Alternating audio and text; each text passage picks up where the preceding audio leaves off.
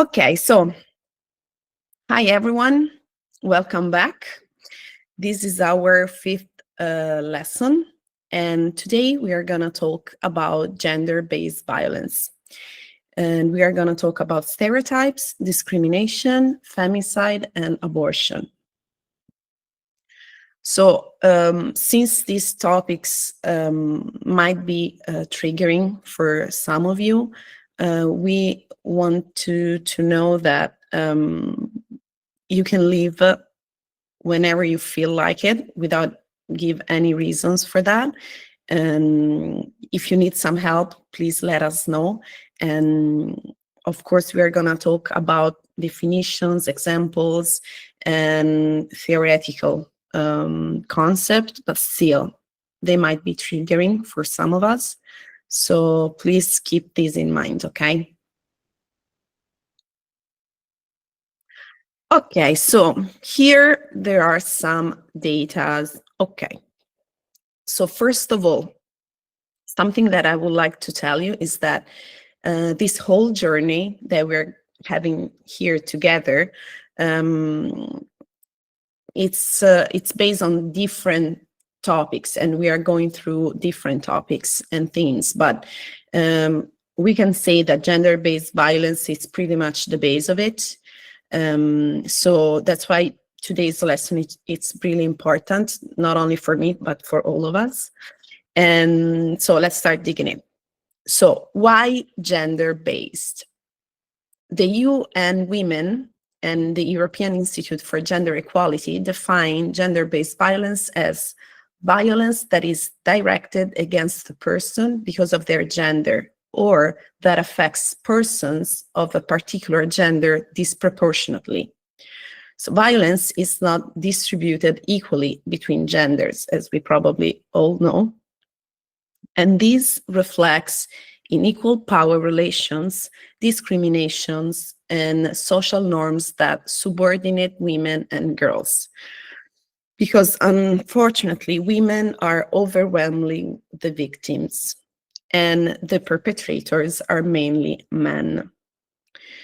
Here, as you can see, there are some data. The 82% of victims of intimate partner violence in the EU are women. And the 31% of women aged 15 and plus in Europe have experienced physical and or sexual violence. On this specific data, I am a little troubled because I think that this number is way higher than this, but unfortunately, it's difficult not only recognize violence, gender-based violence and violence in general, but it's even hard to talk about it. So that's why this number is maybe not it doesn't reflect completely the portion of what it's indeed. And some other not really nice data is that the 95% of perpetrators of sexual violence recorded by police are men. In Italy, 91% of reported sexual violence perpetrators were men. In Spain, 100% of gender violence cases, as defined by law, male violence against female partners, ex-partners, involved male aggressors. So these numbers reveals that this is a structural pattern, and it's a structural problem. And this is the reason why we are talking about it today. The violence is not gender neutral, and it targets women because they are women. And this asymmetry is of course, it's a violence that follows gender lines of power, expectations, and control. It's something that sometimes, okay, actually, I have a question for you. I was thinking about it when I was prepared for this lesson, and I wanted to ask you. You are not, of course, it's not mandatory to answer to this, but have you ever felt the urge or even the thought of saying like, yes, but not all men? Because some people sometimes think about it. It's like, yes, but not all men, right? And I agree, it's not all men, but every time is a man. So, of course, they are the protagonists of this kind of violence. And another reason why we shouldn't say all men, not all men, it's because every man has the responsibility to act, has the responsibility to inform himself and to act for himself, for what are his actions, and even in his, for example, group of friends. And this is something that is really important to me, because we are going to talk, if you want, a little bit later during the conversation and discussions that we have. But it's really important for me to acknowledge that, because it's true.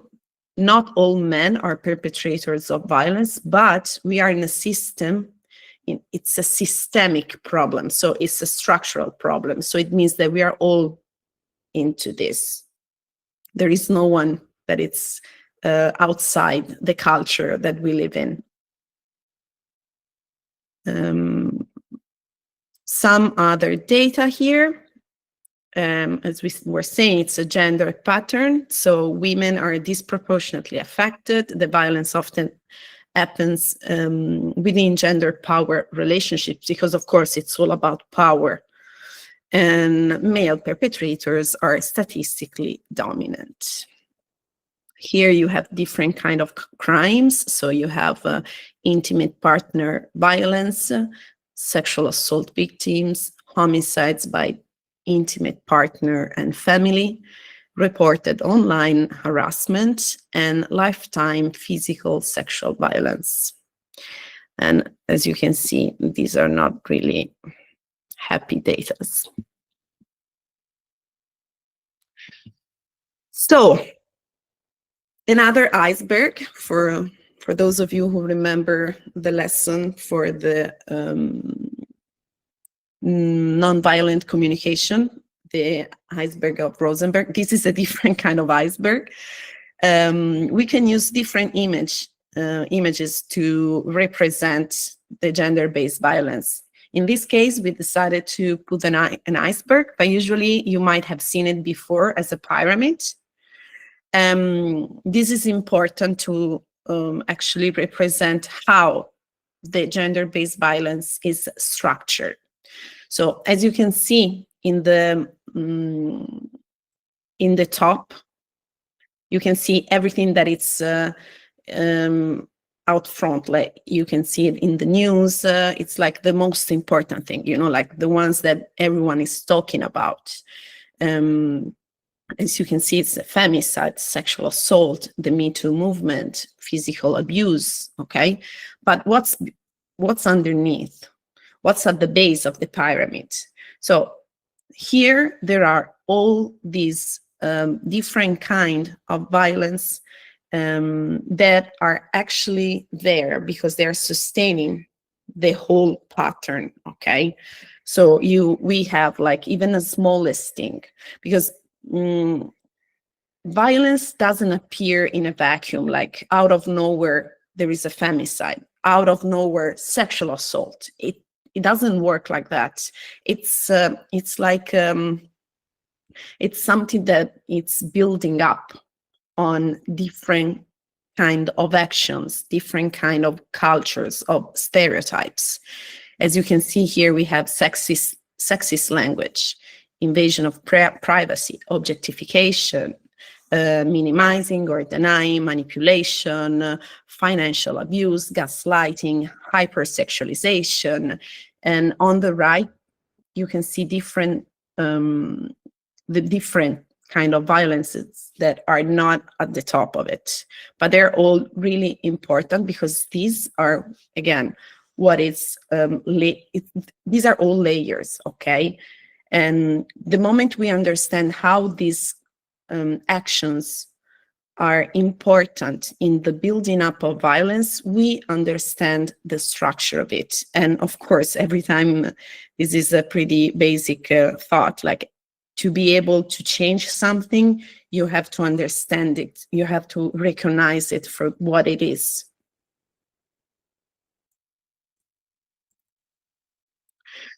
So, as we were saying, at the base of the pyramids, at the base of the iceberg, there are gender roles and gender stereotypes. And these are the ones that we don't even realize how are internalized since the very early age for us. And okay, I can't wait to talk with you about it. I think maybe not all men act like this, but all women had at least once in their life been affected by this. Exactly. This is exactly what I was saying before. It's not that every single man acts like this or is a perpetrator of violence, but indeed each one of us, like every woman has been living this experience in her life. Like, I don't know anyone of my female acquaintances or friendships that didn't went through something like that. Not, of course, not the whole shades of this violence that we have seen in the iceberg, maybe not all of this, not every single one, but at least one, each one of us, I'm 100% sure. So that's why I think that all men, not because each one of them act on this, but each one of them is responsible for the culture that we are living in. Even us, we are all responsible for it. But of course, as we were seeing in this data here, we are all affected by gender-based violence because stereotypes are not something bad just for women or gender. There are not male genders, because they affect even men and people that are not women. But as you can see, for us, like for women, it's a little bit different. It's way more difficult and scary and not really safe. So that's why we are all in this together. But since the perpetrators are mainly men and they are the main problem, I think, in my own opinion, that they are supposed to take more accountability and action and responsibility to act differently in every day of their lives, and in every group of friends and family. Like if I was a man, and like if I were a man and I hear a friend of mine making a sexist joke, I will say something like, "Hey man, that's not cool," like maybe she's scared. Like if you're like, like whistling or catcalling her, it's not funny, man. Try to be in her shoes. Like it's not nice. Stop sexualizing her and blah, blah, blah. But unluckily, this is not what happens in the locker room talks. So, but we are working for it. That's why we are here. Okay, so I was saying stereotypes and gender roles are at the base of the structured violence. So now we would like for you to do a little activity based on these questions. But before, we would like to show you a video. And it's a video on gender stereotypes in toys advertisements.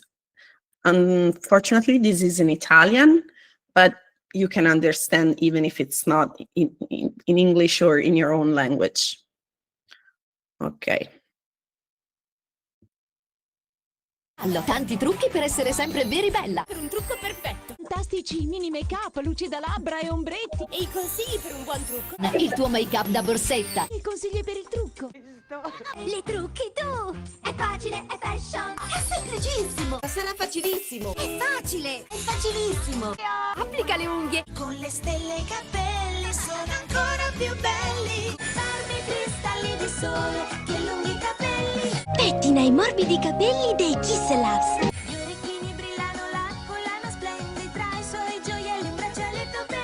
Sarai la più bella del ballo! Si preparano per il ballo! Che gioielli luccicanti e abiti di diamanti! Che completo da sci! Me lo provo! Con il cofanetto unghie alla moda! Amano la moda! La moda! Segui la moda! Scegli vestiti, collane e borsette! Le scarpe e gli accessori! Fare shopping è proprio divertente! Cosa ho fatto per meritare anche questo? Dal magico corno dorato! Seguimi nel magico mondo di Flutterby! La magia inizia qui! Dal magico bosco! Scopri la magia! Sofia, che magia! La magica chioma! Un regno abitato da creature fantastiche! Nella casa delle fate! Mio marito mi ha regalato una nuova lavatrice a eghe! Come vedessi come pulisce! È ora di pulire, Betty Beth! Regali per noi donnine di casa!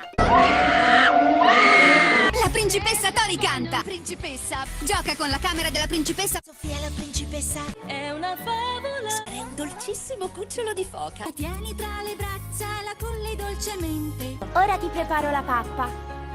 Se ha fame, tagli il suo pesciolino. Ora dovete fare la puntura. Ci vuole la punturina. Hai fatto la popò. La mamma ti cambia sul fasciatore. Cobi, mamma, Cobi. Entrare in azione! Per superpotenza, velocità d'azione e massima precisione! Nelle tue mani il doppio della potenza! Potenziamento!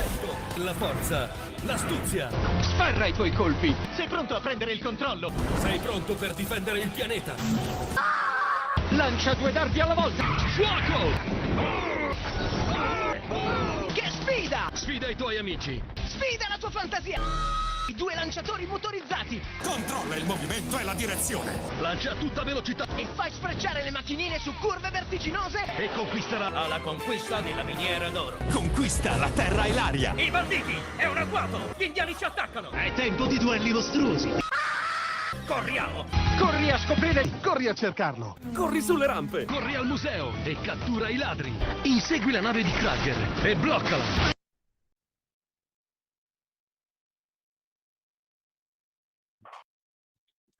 Okay, I think you have an idea. It's a long video, so I just stopped it. But I would love for us to be able to talk endlessly just only about these advertisements, because as you can see, it's not only about toys and colors. That is it something that maybe you've already heard about it, but it's about actions. It's about the thought that you, like when you're growing up, you know what you're capable of doing it for what is told to you, you know? And even during this video that I remember, by the way, since I'm an old one, I'm a boomer, I remember each one of these advertisements growing up. And I remember the feeling of like, oh, I have to be a mommy. I need a doll, you know, I need to take care of a doll. And my brothers, they were like jumping all over, like there was action and conquers and like so many like physical things to do. And for me, there were like pink stuff, dolls, things that I could use to clean around the house with my mother, you know. And all of these are creating gender stereotypes. I think there is a message, 1 second.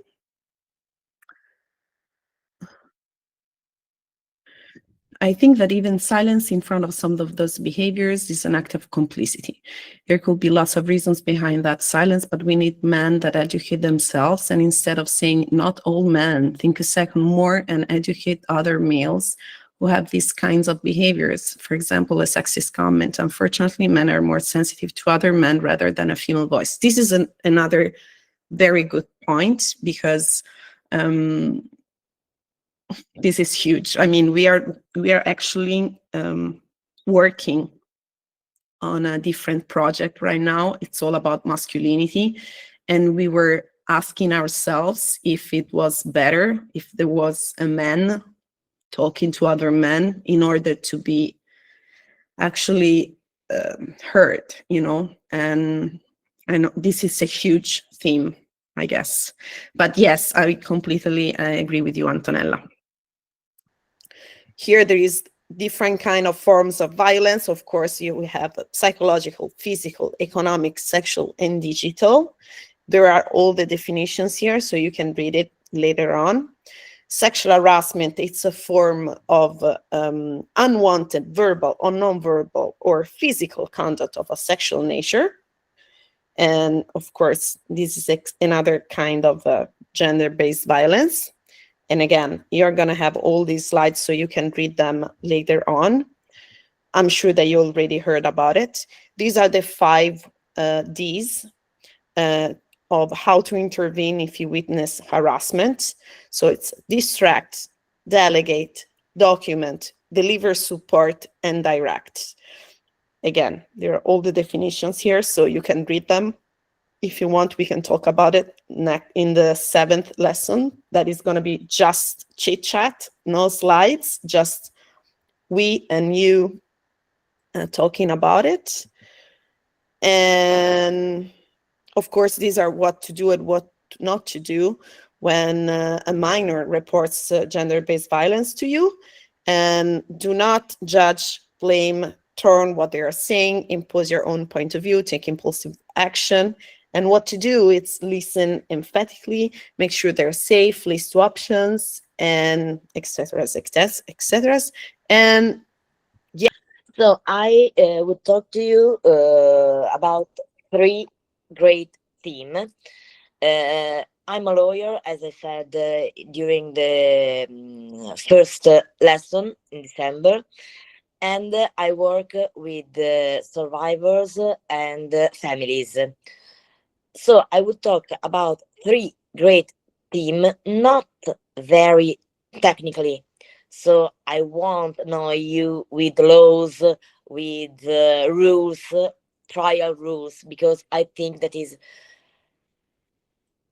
too long and very, very specific. But I would like to talk about cultural problems. This evening, the lesson is about stereotypes and prejudice. There are 3 great themes that are victim blaming or secondary victimization, femicide, and abortion, that are clear examples of stereotypes and prejudice. Thank you, Ilaria. Bye. Shall we start from the secondary victimization? What is this? It's an added trauma for the survivors that is made by social media context, institutional, and we can have it both with behavior and both with verbal expressions that put the victim, the survivor, in a special condition of judgment or blame. Just make some example. A victim of a rape that during his or her examination has to listen the questions, why did you go alone with that person that you know? Why were you dressed up like this? Why you don't say no before? This is clear examples of victim blaming, secondary victimization. It's important because Istanbul Convention at article number 18 says that every country must offers to cancel, to delete this practice. In reality, also one country, that is UK, has a proper injury, a proper rule to delete secondary victimization. Because in UK, if you are a victim or a survivor and denounce to have been victim of this plus trauma, there are several consequences. It's the only country, and I think that is a cultural problem, because we choose not to consider the secondary victimization. Could you go on, Costanza? So this is very quick. You can scan the QR code and download the Any guide that Donna Prostrada made with Annie, and it's a very quick guide in where you can look about types of violence, legal, physiological, and medical advice and opinions from all the people who contributed to its creations. So we have a very small time, and I don't stop on it. Oh, femicide. This is my great theme. As Costanza knows, I want to write only a little, but there is so much to talk about it.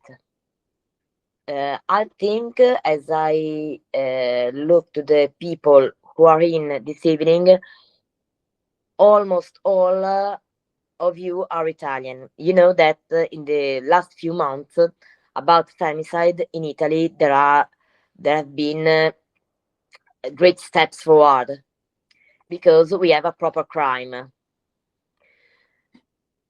In fact, we have to talk about what femicide is considered. Is defined as the killing of a woman or a girl because of her gender and because of purpose of culture, honor, or by her partner. Although the importance of the theme, only 3 countries that you can read: Cyprus, Malta, and Croatia, discipline the femicide as a proper crime. Other countries, not more Italy, discipline the definition not with a proper crime, but something that affects other crimes or injuries. It's a big cultural problem because this means that you consider not the purpose of femicide, that is not only the killing of a woman. When you decide to discipline femicide, you decide to punish the purpose, not the fact. What do you think about it?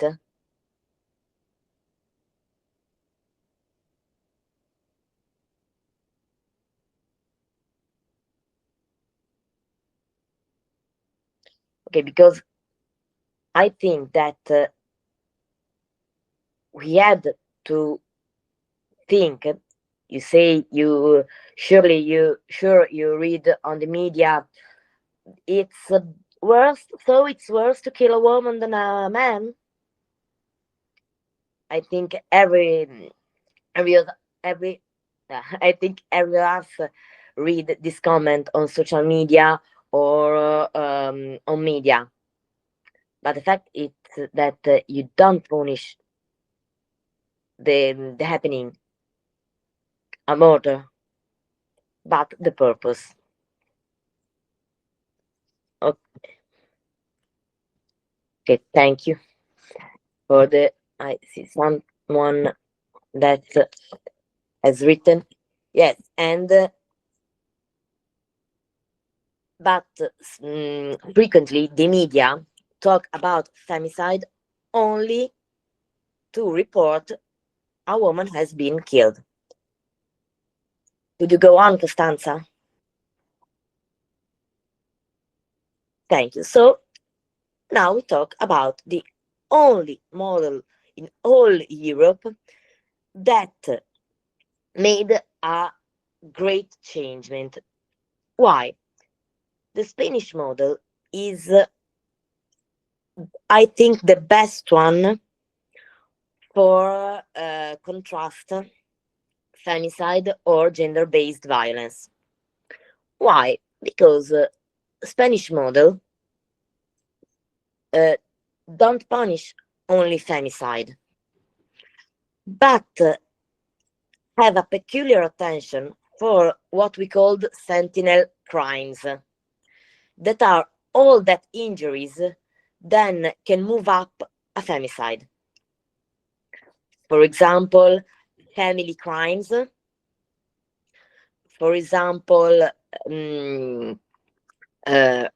rush, for example, stalking, all that crimes that we logical think can be move up a femicide.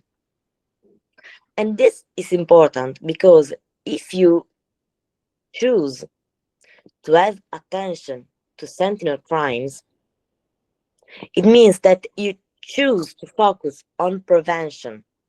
That is something that in most countries, within Italy. Bye, Sarah, thanks.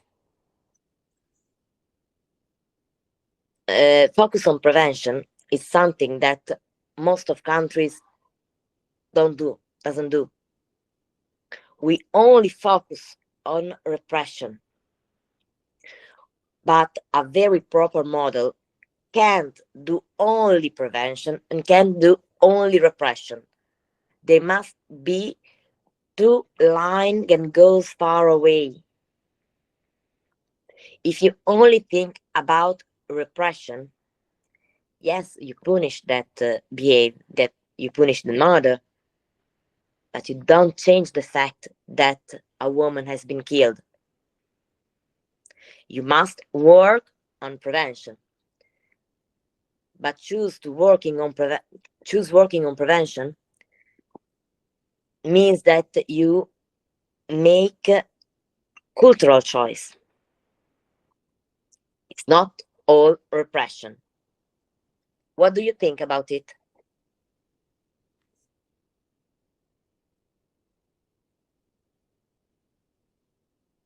Yeah, I think that it is why sexual education it is needed in school since elementary school, maybe or even before earlier.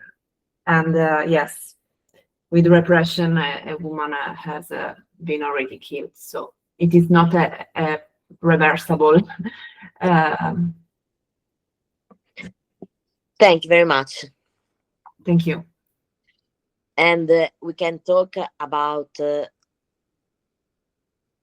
lot of things that must prevent or need more attention on prevention. For example, next slide, talk about abortion.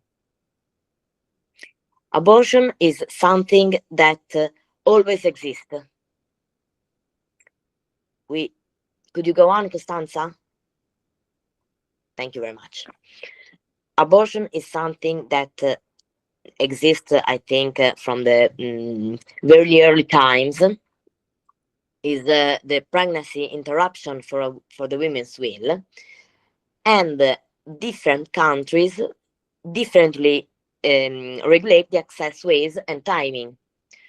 For example, in the next slide, you can see Italy, Spain, and Luxembourg have different times for the access of the abortion, but also different procedure and different kind of hospital that guarantee the procedure. The best time is in Spain, that guarantee where every hospital must guarantee the access to the procedure, and also you can have access without parents' consent, also if you are 16 years old, from you are 16 years old. I would like to talk about it because all the things that concern abortion and laws that regulate him and how each countries decide to regulate it is a clear example of stereotypes and of political choices to control women's bodies and freedom. It's strictly linked to gender-based violence and stereotypes. If you know, in Italy, the procedure to access to the abortion is easy only if you read it on a paper. But you have to go through a lot of meetings, and each of these meetings try to make you change your mind. So we had to talk about this because it's another example of cultural choices.